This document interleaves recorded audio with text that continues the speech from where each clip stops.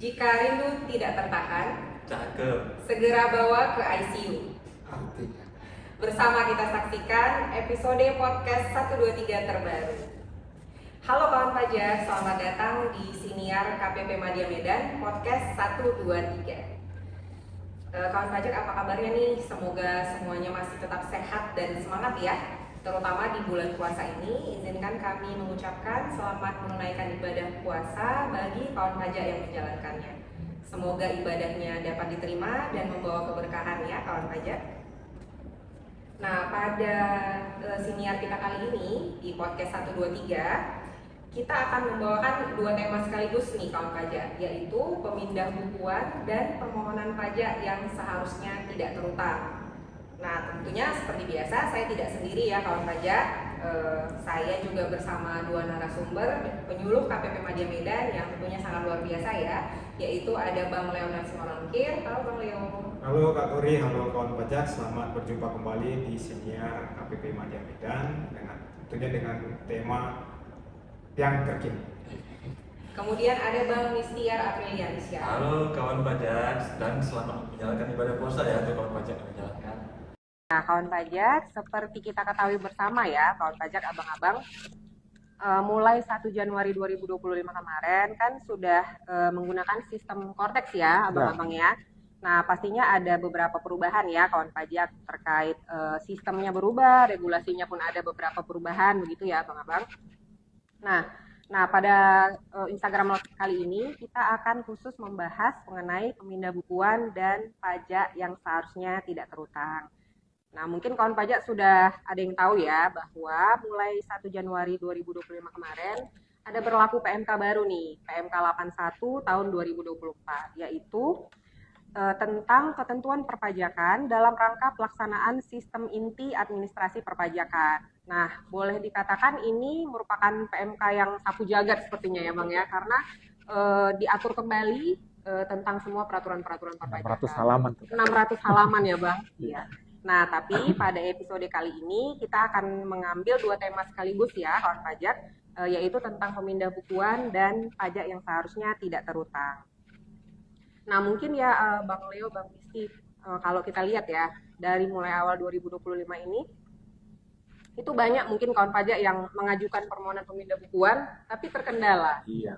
Jadi banyak yang permohonannya itu ditolak, padahal sebenarnya persyaratan yang dilampirkan ya udah sesuai, mungkin mengikuti peraturan yang lama, seperti sebelumnya ya, seperti sebelumnya begitu ya Bang ya.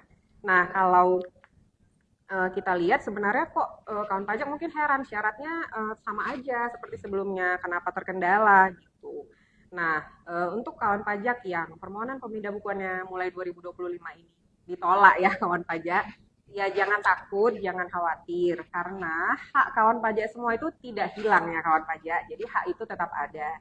Nah, cuman karena ada perubahan regulasi ya Bang-abang, PMK 81 ini ada sedikit perubahan peraturan gitu ya Bang-abang. Nah, jadi yang dapat dipindah bukukan itu hanya untuk kondisi-kondisi tertentu saja. Terus bagaimana dengan yang tidak dapat dipindah bukukan? Apakah hak kami hilang sebagai wajib pajak? Tentu tidak ya. Tidak ya kawan pajak. Nah, untuk yang tidak dapat diajukan permohonan pemindah bukuan, kawan pajak dapat mengajukan permohonan pengembalian pajak yang seharusnya tidak terutang. Nah, TYSTT kali ya. iya. TYSTT. Biar gampang kali Kak Tori ya, kawan pajak ya. Ya kawan pajak, untuk itulah pada live kali ini kita mengambil dua judul tema sekaligus, yaitu pemindah bukuan atau PBK dan pengembalian pajak yang seharusnya tidak terutang atau TYSTT. Oke, langsung saja kita mulai ya kawan pajak, abang-abang. Nah, Bang Mistiar nih, sebenarnya apa sih yang dimaksud dengan pemindah bukuan Bang Mistiar? Ya, terima kasih Kak Tori, Bang Leo dan kawan pajak. Tentunya pemindah bukuan ini atau yang kita singkat dengan PBK tidak berbeda jauh ya dengan yang sudah diatur yang telah diatur di PMK 81 tentang pemindah bukuan. Jadi dia tidak merubah segala jenis ketentuannya, namun yang diatur di PMK ini adalah mungkin ada beberapa item yang di PMK 81 ini hanya beberapa item saja yang bisa dimohonkan untuk pemindahan bukuan. Jadi tentunya bisa diartikan PBK ini juga adalah memindah bukukan penerimaan pajak ke jenis pajak atau penerimaan pajak yang sesuai. Jadi tentunya bukti PBK ini merupakan bukti penyetoran dan pembayaran pajak serta atau sama kedudukan dengan SPP atau bukti penerimaan elektronik. Begitu Kak Tori. Oke, terima kasih Bang Listiar. Jadi begitu ya kawan pajak yang dimaksud dengan permohonan pemindah bukuan. Nah, Bang Leo, jadi dalam keadaan bagaimana sih wajib pajak itu dapat mengajukan permohonan pemindah bukuan? Oke, terima kasih Kak Kori ya Bang Listiar, kawan pajak ya. Tadi udah disebutkan oleh Bang Listiar ya. Jadi pemindah bukuan ini terjadi karena penyetorannya belum sesuai lah ya Kak Kori ya kawan pajak ya.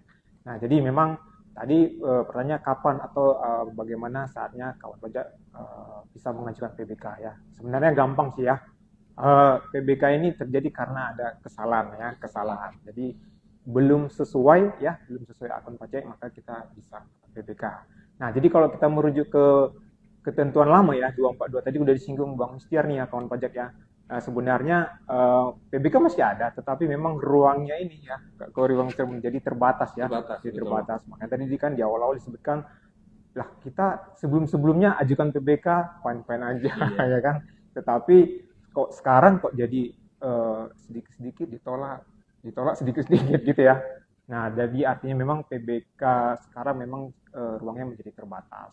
Nah, tapi sebelum kita ke situ ya, kita lanjutkan kapan sih ya PBK ini diajukan tadi ya, atau saat-saat seperti apa ya. Jadi poinnya memang kalau di PMK 242 tahun 2014 itu memang terjadi kesalahan-kesalahan ya, kesalahan penyetoran, kesalahan pemotongan ya, yang mengakibatkan ada kelebihan ini ya Kak Kori kawan pajak ya Bang Listiar ya. Nah, itu bisa dilakukan PBK ya. Kemudian bahkan ada sebab-sebab lain. Jadi memang poinnya ada kelebihan yang belum kita klaim, belum kita tempatkan kepada akun pajak yang sesuai, itu bisa kita lakukan PBK.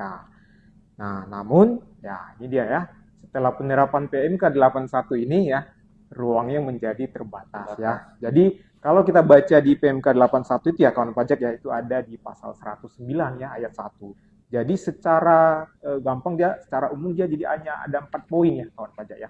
Ada 4 poin yang saya coba bacakan. Yang pertama itu penggunaan deposit pajak. Nah, nanti kita ulas juga nih ya terkait deposit pajak ini ya. Karena ini kan di ketentuan lama sebelum era Cortex ini belum kita kenal nih istilah deposit ya, tapi nanti saat sekarang udah kita kenal ya deposit pajak. Nah, jadi itu bisa dilakukan PBK. Kemudian ada yang poin kedua, pembayaran PPh atas penghasilan dari pengalihan hak atas tanah dan atau bangunan. Nah, ini masih bisa ya. Nah, karena pun billingnya bisa di-create mandiri ini dia ya. Nah, kemudian poin ketiga, penyetoran di muka bea materai yang belum digunakan untuk menambah saldo deposit. Jadi ini terkait bea materai tapi yang dibayar muka. Dan keempat ya, itu jumlah pembayaran yang lebih besar dari pajak yang terutang. Nah, ini ya kawan pajak ya. Kalau kita baca stop sampai di poin 4 saja ya, kan jumlah pembayaran lebih besar dari pajak yang terutang. Nah, harusnya kan bisa ini. Contoh paling gampang itu ya kan. PPN ini harusnya terutang 10 juta, sudah tersetor 12 juta, karena dulu kan bisa nih Kak Kori Bang Listiar itu kan bayar billing sendiri ya. Iya, buatan billing sendiri ya Bang ya. Itu kan sebenarnya kan lebih besar.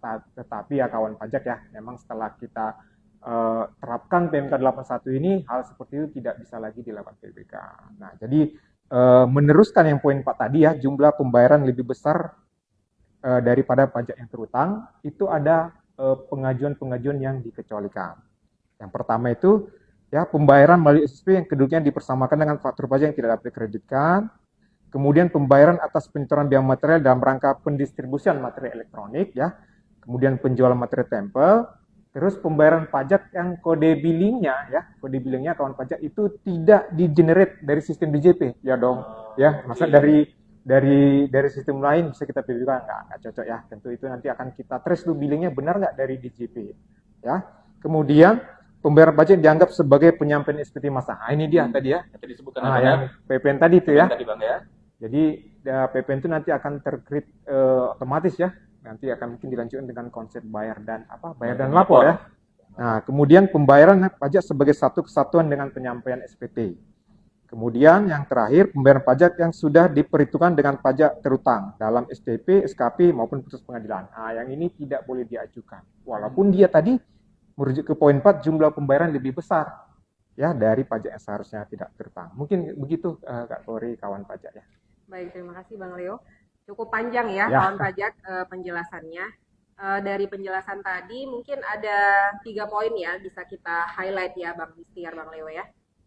Tadi yang pertama sesuai PMK 81 ada namanya deposit pajak. Ini istilah baru ya Bang ya. Sebelum tahun 2025 belum ada kita kenal deposit ya Bang ya. Kemudian poin kedua, PBK tidak dapat diajukan atas pembayaran pajak yang dianggap sebagai penyampaian SPT massa. Kemudian poin ketiga, PBK tidak dapat diajukan atas pembayaran pajak sebagai satu kesatuan dengan SPT, gitu ya Bang ya. Nah, tadi walaupun dia jumlah pembayarannya memang benar lebih besar dari pajak yang terutang. Nah, itu gimana tuh Bang Istiar? Nah, tentunya sekarang kan sudah ada fitur baru ya Bang ya, yang di Cortex, yaitu fitur yang namanya deposit pajak kan. Jadi singkatnya deposit itu adalah dia saldo free sebenarnya, itu pada intinya. Jadi artinya pembayaran pajak yang belum merujuk pada kewajiban pajak tertentu atau yang tadi saya sebutkan tadi ya saldo free ya. Jadi intinya kawan pajak, tentunya di deposit ini apabila terdapat utang pajak ataupun terdapat pajak terutang, itu kita harus konfirmasi terlebih dahulu dari wajib pajaknya sendiri, bukan dikalkulasi oleh sistem, namun tidak diproses oleh sistem, tapi harus minta konfirmasi dulu dari wajib pajaknya. Jadi self assessment ya kawan pajak ya. Dan tentunya dengan adanya deposit ini itu dapat memaintain sanksi-sanksi keselamatan pelaporan.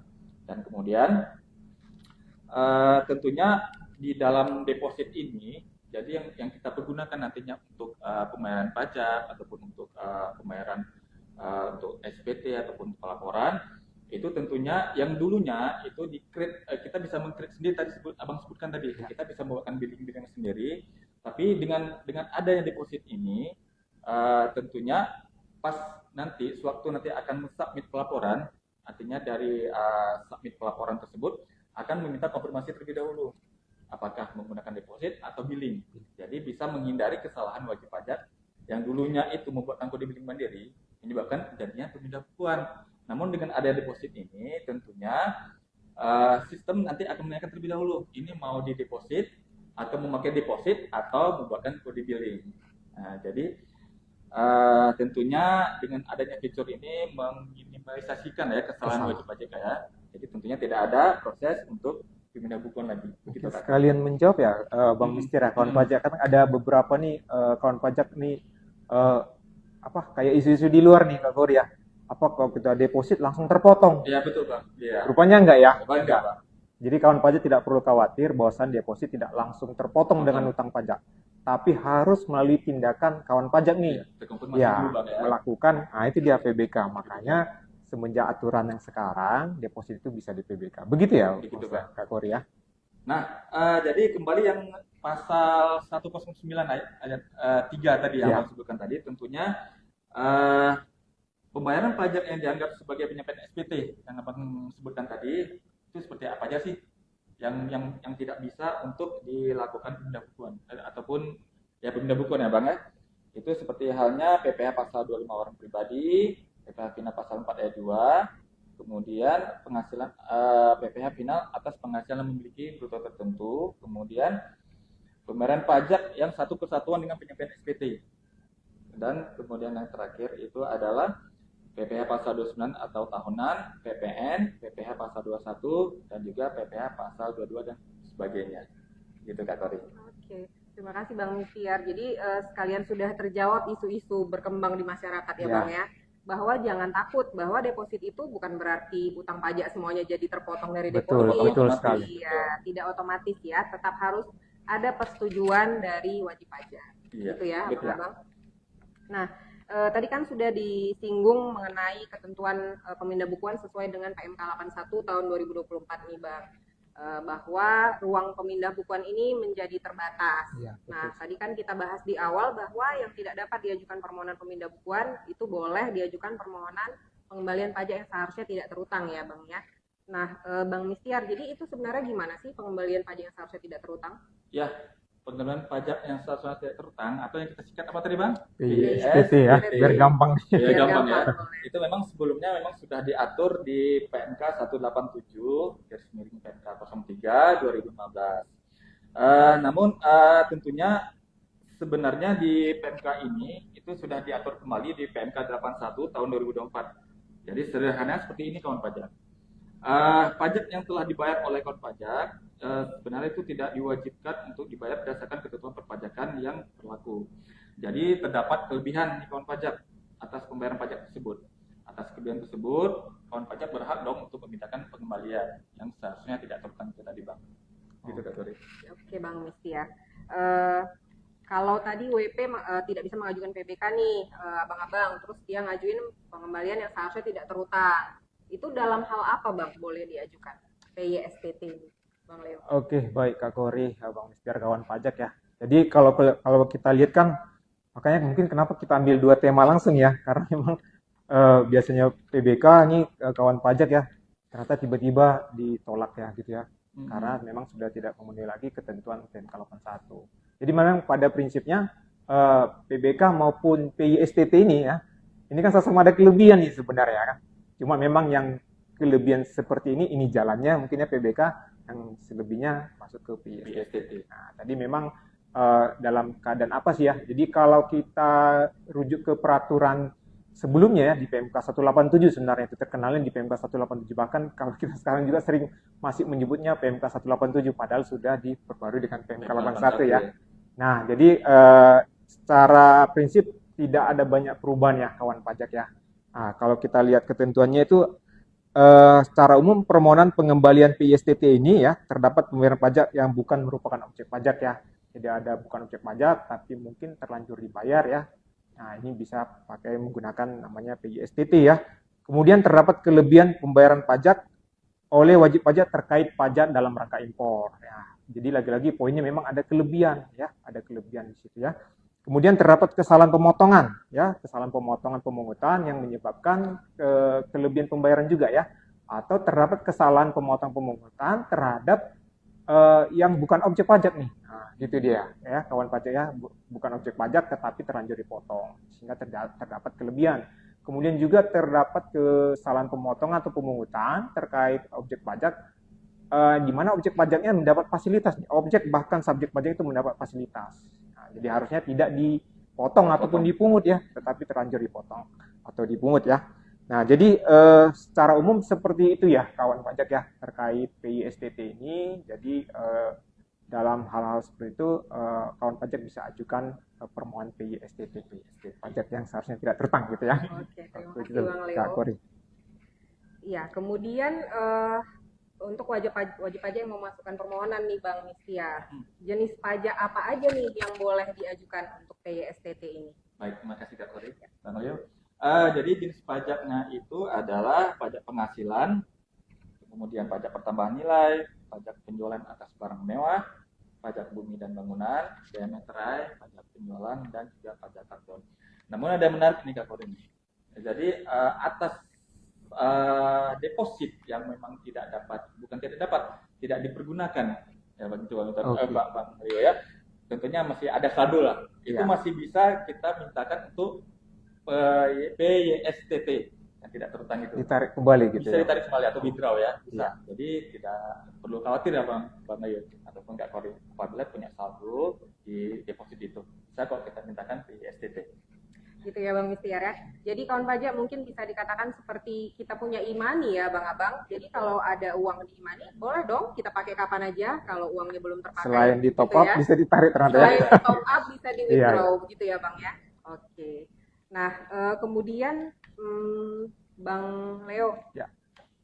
Kan kalau misalnya pengembalian seharusnya tidak terutang ini ada kelebihan bayar yang dikembalikan ke wajib pajak begitu ya Bang ya. Ya, Nah, seperti kita tahu, kalau misalnya proses pengembalian itu yang kita tahu kan restitusi ya Bang ya. Ya. Restitusi itu prosesnya pemeriksaan kan Bang ya. betul sekali. Apakah pengembalian seharusnya tidak terutang ini melalui proses pemeriksaan juga atau gimana tuh Bang prosesnya? Oke, baik Kak Korea, Bang Istiar, kawan pajak ya. Jadi ini seperti prosedurnya lah ya kali ya Kak Korea. Nah, jadi memang yang perlu kita pahami nih ya kawan pajak ya. Jadi PISTT ini tidak seperti PBK. Iya. Kalau PBK kita mohonkan dalam jangka waktu nanti 30 hari ya, 30 30 hari itu paling lama ya. Itu langsung bisa berpindah buku gitu ya. Udah sesuai atau dikabulkanlah permohonannya begitu ya. Tapi PISTT ini ternyata tidak sesingkat itu gitu ya. Ya, nanti mungkin kita singgung juga terkait jangka waktunya ya. Nah, jadi gini kawan pajak tadi udah disebutkan ya. Karena ini judulnya kan pengembalian ya, pengembalian yang ya sudah terlanjur ke kas negara gitu ya. Nah, tentu dibutuhkan tindakan ya, begitu ya, tindakan atau approval itu bisa pemeriksaan maupun penelitian supaya legalitas pengembaliannya ke kawan pajak itu menjadi oke lah gitu ya. Jadi harus ada tindakan ya. Nah, jadi tidak seperti pemeriksaan tadi disinggung Kak Korea. Kalau pemeriksaan kan mungkin kawan pajak ketahui ini kan dia bisa 6 sampai 12 bulan ya. 6 sampai 12 bulan ya. Baru kalau ada kelebihan nanti dikembalikan ya. Nah, ada juga namanya terkait pengembalian ini adalah restitusi yang dipercepat nih. Kalau kawan-kawan pajak ya bilang itu restitusi dipercepat, itu sebenarnya lebih benar bahasanya pendahuluan ya. Jadi itu bisa mungkin 1 sampai 3 bulan ya kawan pajak ya kalau terkait pendahuluan. Nah, kemudian yang ini yang kita bahas pada sesi ini pajak yang seharusnya terutang PSTT ya. Jadi sederhananya ada 3 sih sebenarnya pengembalian ini ya Kak Korea. Jadi kalau tidak seperti PSTT maupun pemeriksaan restitusi itu harus melalui maksud saya ya tidak seperti pemeriksaan ya. Kalau pendahuluan dan PSTT ini hanya butuh penelitian ini ya kawan pajak ya, hanya butuh penelitian. Kalau restitusi tadi butuh pemeriksaan. Nah cuma kalau pendahuluan itu nanti akan lahir namanya produk SKP PKP. Ya, kalau restitusi dan PISTT ini lahirnya produk yang namanya SKPLB. Nah, jadi walaupun dia penelitian ini ya, penelitian dalam jangka waktu 3 bulan itu tetap lahir nanti namanya SKPLB. Ya. Nah, dari SKPLB maupun SKP PKP ini nanti akan lanjut ke SKP KPP. Begitu dia ya. Baru setelah SKP KPP lahir, nanti diteruskan ke SPMKP. Ini udah mendekat-dekati pencairan ini ya. Dari SPMKP ini baru nanti cair atau dikembalikan ke rekening pajak. Mungkin begitu Kak Kauri, kawan pajak. Bang Leo. Jadi sebenarnya bukan dilakukan pemeriksaan ya Bang Leo, Bukan. hanya proses penelitian saja. Penelitian kantor Penelitian kantor. Dan waktunya pun tentu tidak sepanjang proses penyelesaian pemeriksaan ya kawan pajak. Jadi berapa lama nih Bang untuk penyelesaian PISTT ini Bang Istiar? Ya, secara ketentuan kita kembali ke PBK dulu ya. PBK dulu kan secara ketentuan tidak berubah. Itu 30 hari ya kategori atau skenario. Namun dari bulan kita adalah 21 hari. Nah, terkait dengan PISTT itu sesuai dengan pasal 137 PMK 81 itu tentunya 3 bulan ya sejak permohonan melengkapi. Iya, jadi hanya 3 bulan prosesnya, tapi produknya sama ya Bang, SKPLB ya. Oke. Jadi nanti apabila kawan pajak sudah mengajukan permohonan pengembalian pajak seharusnya tidak terutang, apabila diterima, wajib pajak akan memperoleh SKPLB. Nah, nanti dari SKPLB itulah baru dikembalikan menjadi SKP KPP dan SPMKP, begitu ya Bang ya. Nah, kemudian terkait cara mengajukan permohonan nih, abang-abang.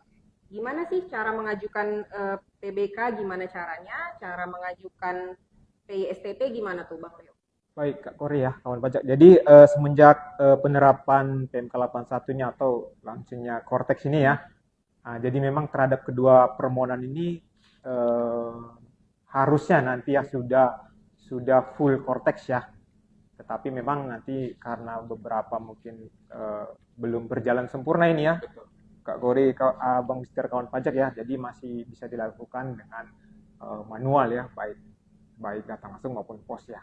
Nah, tapi kalau kita coba singgung yang terkait di Cortex ya, kalau PBK itu bisa nanti kawan pajak tuh dari menu pembayaran ya, menu pembayaran, nanti kemudian masuk submenunya permohonan pemindah bukuan. Nah, nanti dari situ kawan pajak coba ekspor menu-menunya ya, nanti bisa diajukan dari Cortex ya.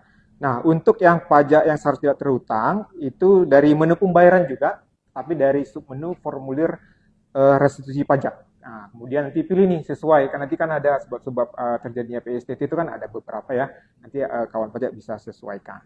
Nah, sebagai informasi juga ya, terkait PBK ini ya, nanti dia bisa ada dua cara. Maksud saya dia ada yang full system ini ternyata ya, ada yang full system. Jadi begitu kawan pajak lakukan permohonan itu langsung by system nanti tervalidasi langsung akan terbit bukti PBK-nya ya. Generate by system Iya. ya. Nah, namun ada juga yang semi otomatis ya. Semi otomatis artinya kawan pajak ajukan, tetapi nanti tidak langsung nih keluar ya, tapi harus membutuhkan approval dari petugas. Akan tampil di menu petugas ya untuk meneliti ya terkait permohonan itu ya. Nah, tetapi kalau PISTT ini ya itu masih butuh approval, jadi tidak tervalidasi secara sistemnya. Nah, mungkin kawan pajak bertanya kenapa kok ada full system sama yang semi system ya? Ini memang terkait dengan resiko dari kawan pajak ya. Nah, karena ada kita membuat pemetaan terhadap resiko kawan pajak itu ada yang tinggi, rendah gitu ya. Maka ini akan terkait profilnya ya. Begitu Kak Kori, Bang Istiar, kawan pajak ya. Baik Bang Leo. Jadi sebenarnya Bang dengan adanya Cortex ini menjadi lebih ringkas ya Bang ya. Iya. Beberapa ada yang bahkan selesai secara otomatis. Betul. Gitu Tiba-tiba ya, sudah ya. selesai gitu. Tiba-tiba sudah selesai. Namun kawan pajak tidak perlu khawatir ya apabila terkendala dalam mengajukan sendiri permohonan melalui Cortex, masih bisa mengajukan melalui loket TPT begitu ya Bang ya. Ya, silakan saja kawan pajak boleh mengajukan permohonan melalui Cortex ataupun melalui loket TPT.